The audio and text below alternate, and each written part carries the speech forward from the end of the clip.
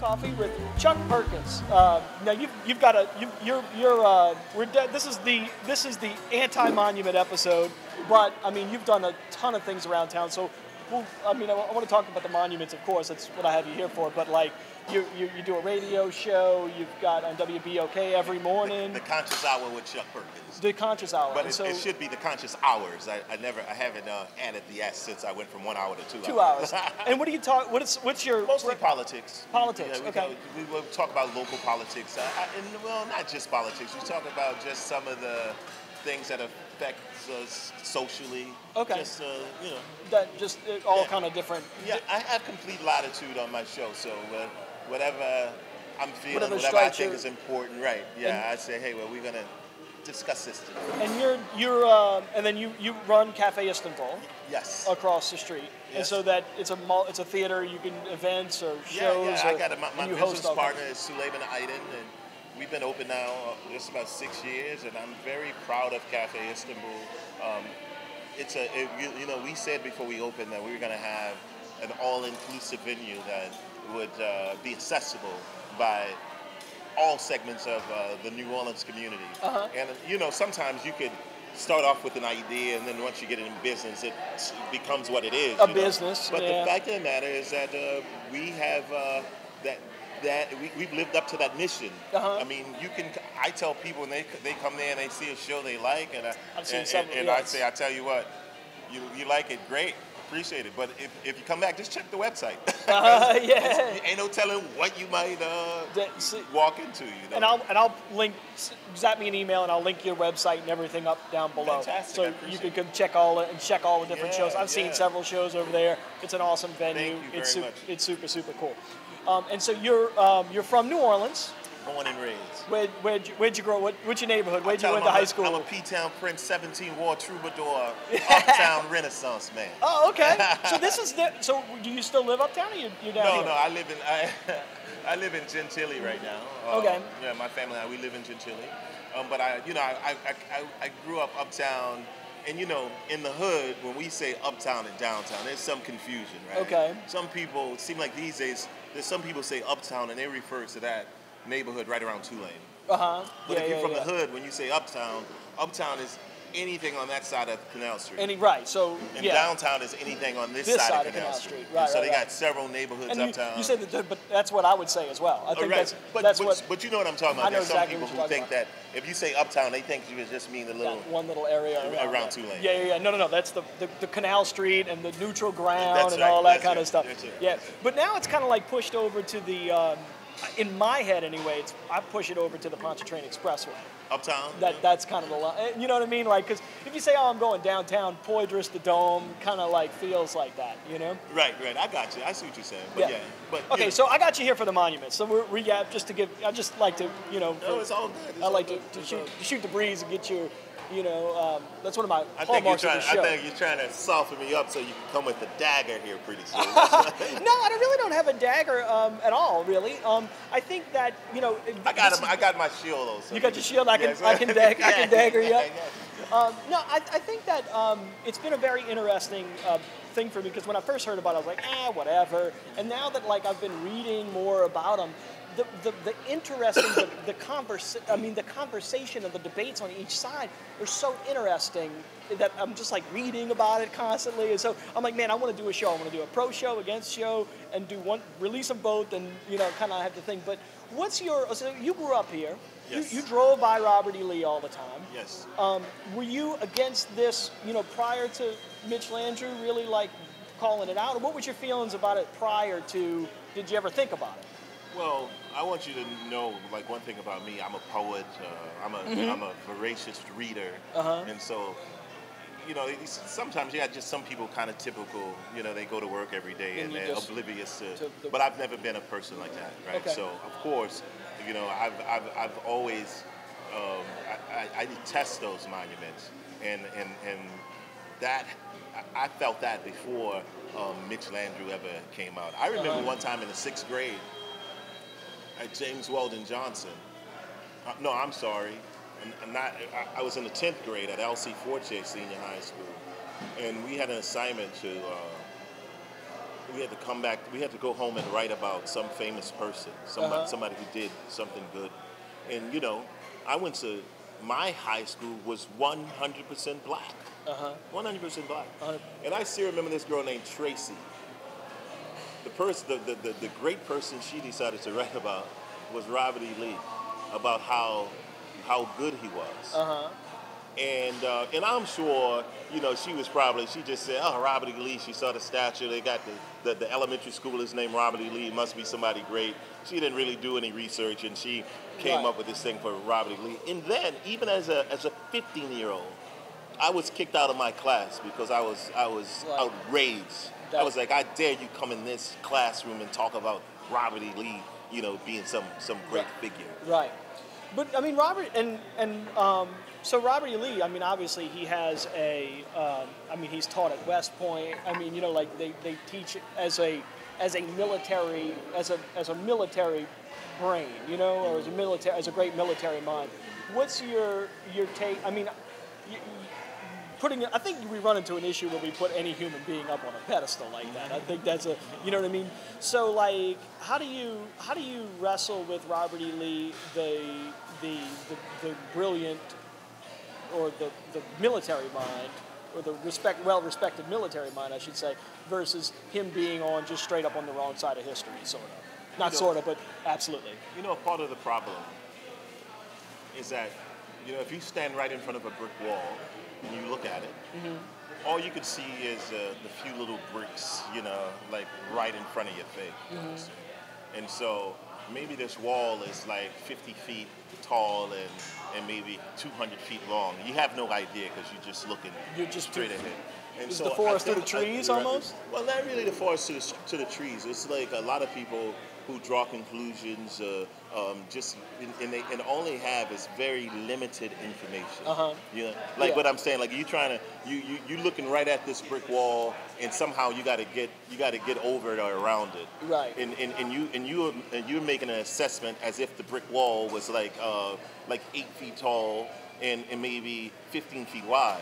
But really this thing that you're dealing with is 100 feet tall and 200 feet wide. Yeah. You understand? So based on your information, you're not going to be able to get over there because you won't be prepared to deal with it. Right. And so even in terms of like these Confederate monuments, like there's no way that we can have a decent conversation without putting it in some historical context. You understand? Like, number one, after slaves were emancipated, a couple of years after that, we came up with the 13th, the 14th, and the 15th Amendment. The 13th Amendment freed the slaves. The 14th Amendment gave them citizenship. And the 13th Amendment gave them a right to vote. Now, some people don't know this, but there's an amendment to the Constitution that says, the 14th Amendment says that if you were a Confederate, that you couldn't vote, right, and that you couldn't run for office. I knew that. Yeah, from my readings. I didn't know that before. I know that now. The 14th Amendment to the Constitution did that. Yeah. Now, you know, some people will tell you, well, they were given amnesty. They were given amnesty by Andrew Johnson, who was Abraham Lincoln's vice president, and Andrew Johnson was the only Confederate senator who stayed loyal to the Union. You understand what I'm saying? Yeah. So even though he was Abraham Lincoln's VP, he came from the Confederate. And because of the position he was taking on the Confederates, he came one vote away from being impeached. Yeah, I knew that. Yeah. He came one vote away from being impeached. Okay, so a lot of times people talk about slaves. Sometimes they talk as if somehow they were just sitting on the sidelines watching. The fact of the matter is that over 200,000 slaves fought in the war. Another 400,000 served in some kind of service capacity. And there are a lot of historians who say that that's the thing that tilted the war into the favor of the North. Uh-huh. Okay. So here's the thing. So now we get into Reconstruction. We're in Reconstruction. The black people are making a lot of gains in Reconstruction. Then there's the black governor now, or the black lieutenant governor. Now we're going to get into Liberty Monument and all of that kind of stuff. But then we have the Great Compromise of 1876 with Rutherford B. Hayes. That election is contested. Okay, that election is contested. The North says, and now in the South, we have the former Confederates who's still angry. They're pissed off because they lost, and they lost, and they see black people who are asserting their citizenship. Right. Right. It's not just slave. It's a U.S. citizen here. Right. So after the compromise of 1876, the North decides to they make an agreement with the South. Tell you what, except Rutherford B. Hayes as president, we pull the troops from the South. You know what I'm saying? Yeah. Okay, great. And so basically, for the effort that the African Americans had contributed to keeping the Union together, right? The way they're paid now, after just only 12 years, is that they withdraw the Northern troops. And so the people who had been like the power brokers, the Confederate power brokers who were still down here, then they get to have their way. And so one of the things they want to do is basically to bring us back to the place we already were. Give you an example of what I'm talking about. I said, when you say the place, because they're like we're dealing with slavery. Right. That's free labor. You get a chance. The landed gentry, the Southern aristocracy, they had a chance to make ungodly sums of money, right? Right. And so now they want that. Right. You understand what I'm saying? Right. And so one of the things that happens is black people given the right to vote, right? I went to Colfax, Louisiana, just about a month ago.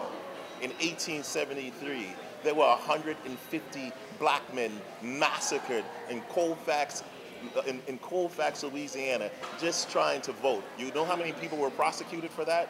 Yeah, probably zero, huh? Zero people were prosecuted for that. And when they were massacred, you had the 15th Amendment that gave black men the right to vote, and then you had enforcement acts. You had the Enforcement Act of 1871 in 1872. The one in 1872 was called the Ku Klux Klan Act. It was specifically designed to give law enforcement a little extra firepower when dealing with the Ku Klux Klan. With the Constitution, with those enforcement acts, zero people were persecuted. In fact, the people who constructed, we know what the 15th Amendment was, to give black men the right to vote. Yeah. And that was for a specific reason, you know? Well, to heal, to make everyone equal, to make it No. It wasn't even that. It wasn't the only reason the 15th Amendment gave black men the right to vote is because the Unionists, the people from the North, they understood one thing. Just if a sheer numbers game, there are way more white male Confederates than there are white male Unionists, right? If they're going to take control back. And so if black men can't vote, then the Confederates are just going to use the vote to recreate the same place they want, and now we back to square one. So the only way we can fight that, we gotta let black men vote.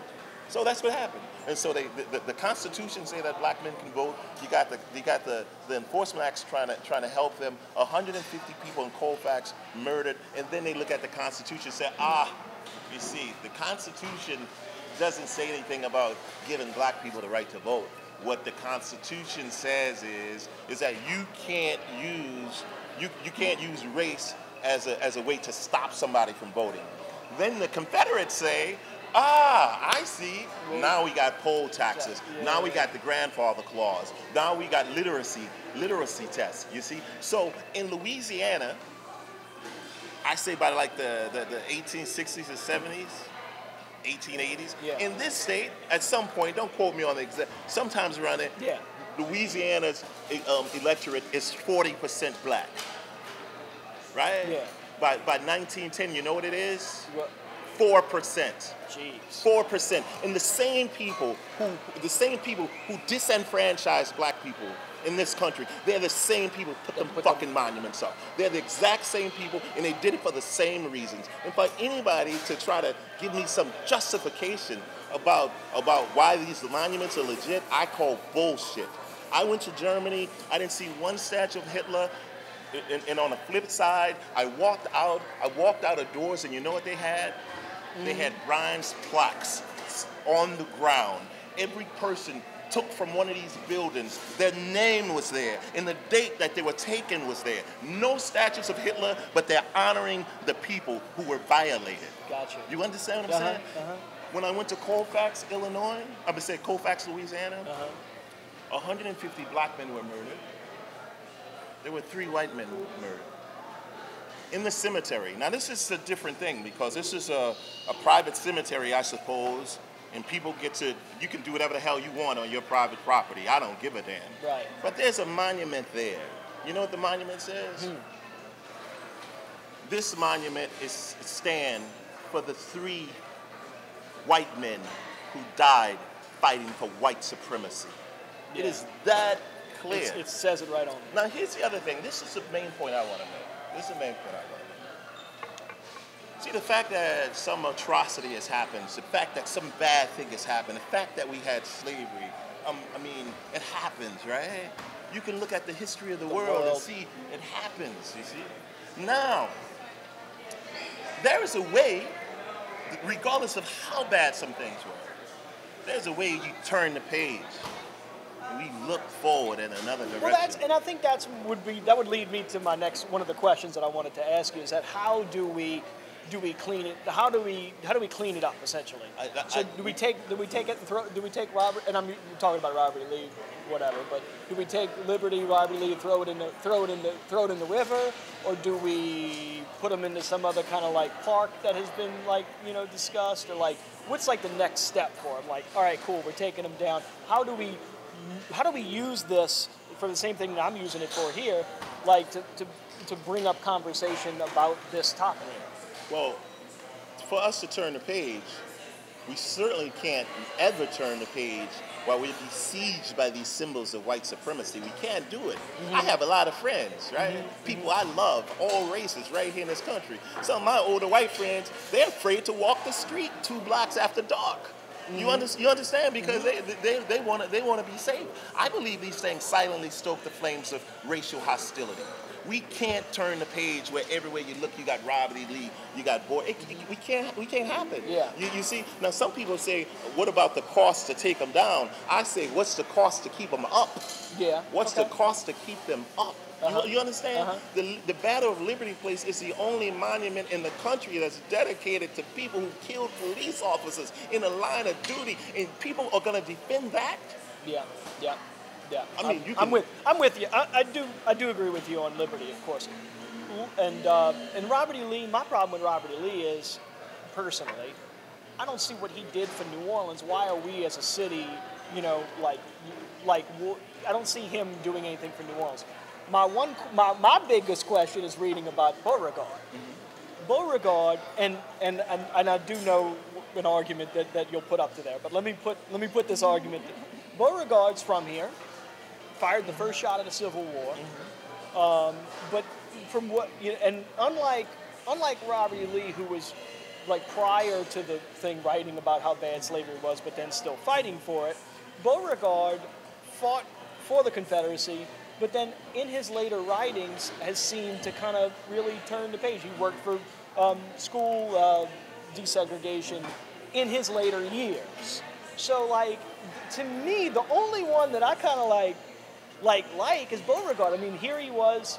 He kind of came the whole gauntlet. I mean, is there a way we can use Beauregard as a native son to the city to say, look, he did this and he did that, and kind of tell that story? Because I think that's kind of cool. Right, and you historically correct in your assessment of Beauregard. Right? But we got to remember that all of these monuments were placed up during post-Reconstruction. All of these monuments were used to further terrorize a powerless people, right? And if you said, if the statue of Beauregard was constructed in such a way where they showed Beauregard standing post-Reconstruction with people of other ethnicities in solidarity in some way, if that's what that symbol, if that's what the thing symbolized, then I would be like, what a beautiful thing, right? Yeah. But Beauregard is in his Confederate uniform. You understand? And I do understand. I did set you up. I did set you up for that. So the fact of the matter, if you got a symbol, and I'll give you an example. You can go online right now and you can look at the Statue of Liberty. You know, some people suggest that the person who donated the Statue of Liberty to the United States of America was an abolitionist. Okay. They suggest that the first thing of the Statue of Liberty had Lady Liberty. Like some people think that it has to do with Ellis Island and the European immigrants coming. Right. They said the first Statue of Liberty had broken chains, but that on the list, but the white Southerners would be infuriated by that and they'll never let it go. But so if you go look at the Statue of Liberty and you look down, they got broken shackles on his feet, right? And that's a fact. Now, even if the Statue of Liberty is really some kind of homage to the newly emancipated slave, at this point it don't give a damn because that nobody looks at it and see that. Yeah. You understand what I'm saying? Right. And so even if whoever made this Beauregard statue somehow was trying to talk about Beauregard being in solidarity and reversing his, it doesn't say that. And that's what I was talking about. Like in my thinking of this is like it's the same thing. Like if I put up a swastika on the coffee shop right here. You're like, no, it's an ancient sign of peace. Right. You'd be like, Kevin, give me that. Yeah. Don't give me that BS. Exactly. You know what I mean? So that's interesting. I mean, but that's I'm just trying to play that point. You know what I mean? But this is another point I want to make, man. And I would be remiss if I didn't say it because you talk about how you turn the page, and I still say, I believe that those monuments silently stoke the flames of racial resentment, and as long as they are all around us, that we will never have the kind of city, where we have peace. But here's the thing that would be surprising to people. A lot of times I host people come from all over the world. One time I hosted this big group, they were from San Francisco. And I took them to Bullets, right? To see Kermit Ruffin on a Tuesday night. And these people from San Francisco, they were so amazed. You know what amazed them? Because the crowd was so diverse. Yep. Race, Yep. age. It didn't matter. Everything. Yeah. Everybody's That's there. That's the cool part about this city. No, but you see, there's so many people who would be surprised to see that. And and to know that. But here's the point. Now, if somehow, as a city, we figure out a way to tap into that kind of thing right there and let that be a representation of who we are as a city. Imagine, how we will be perceived as opposed to, And you know what? Look, I'm with you 1,000%. And for me, with the coffee shop, you're supposed to be playing that. Well, no, I'm with you. But I'm supposed to be playing the other side. Yeah. But no, I'm with you on this, in that, and especially if you watch this episode, when you scroll back through the episode and watch the people behind us getting coffee right now. It's people from all over, and the city has that diversity, and I think that's what makes it cool. Like you say, people from the rest of the country lose their mind. But you didn't answer my other question before. What do we do with them now? Because part of the argument could be like that it wasn't very well thought out. Taking these down. How do we put it in a historical context, like you're talking about? I don't give a damn about their monuments, right? I don't give a damn about them. what I say you is, say we can throw them in the river? what I say, you can throw them in the river. It's fine if somebody got a big house someplace and it's big enough to have them all in their backyard. That's their problem. Is they want to wake up every day and that's on them. I'm not interested in telling people what they should value, or I'm just saying that we all pay taxes. I pay taxes, right? Yeah. I don't want my tax money to have to somehow support this. When I have friends come from all over the world, I don't want to drive down St. Charles Avenue and then they point up and say, who's that? And then when I tell them, now it's like, and everybody's like, yeah.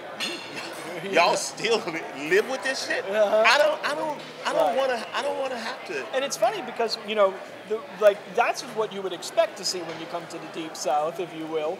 But but the fact that when your friends come from San Francisco and they see something totally different, that's something we should be embracing. I'm with you. I'm with you. But I heard Bill Quigley say that he's from Ireland. And there was a time when if you went, it was vanquished by England, and if you went there was all sorts of monuments to the king. So you come to Ireland right now, all of that stuff was history, right? Guess what? You ain't seeing no statues of none of that. All that shit's gone. Yeah. And that's just the way it is. But again, when you consider everything I said, I just want to reiterate this one point. A lot of times people say, what's the cost? How much is it going to cost to take them down? And I say, remember the cost to keep that shit up there, period. And New Orleans is a beautiful city, and we got a lot of... And it's funny you bring up that, the mixed race part of it, because here at the coffee shop, since I've been doing these episodes and researching it, I do ask, hey, people that I see a lot, hey, what's your take on the monument thing? It's so funny. It's not a black and white issue. There's some black residents that want to keep them up, and there's white residents that want to take them down. It's not. I don't find it that. I find because some people I would be like, man, you should think you should be kind of for taking them down, but they're for keeping them up for that's our history, whatever. Yeah, but But I tell you what, on my radio show, I've had black people say, no, I want to keep them up. And you're right. There's some people who... It's very interesting and it's not... There's some people who just don't think it's that important to them. Right. Some black people, right? Uh-huh. But then there's some other black people, keep them there. Because I never want to forget. I never want nobody to forget. Yeah. I want us to all walk by there every day and be pissed off at all these white people and be ready to knock one of them upside the head. Keep them there. That's not a reason to keep them there. Gotcha. Man, thank you so much for coming and having this conversation. This is part of what I think the coffee shop should be, man. I just love having you. All right, brother, man. And absolutely, check out the website for Cafe Istanbul stuff and your radio show, which I've caught up on several episodes. You got it online. I'll put the link. WBOK 1230. 12:30 a.m. And then, like I said, I caught it up 9 a.m. to 11 a.m. 9 a.m. to 11 a.m. But you put them online, too. I put them online. I was listening. I was listening to a bunch of them online. Yeah, super good. So, awesome. Thank you so much, All man. right, Kevin. Take care. Thank you, brother.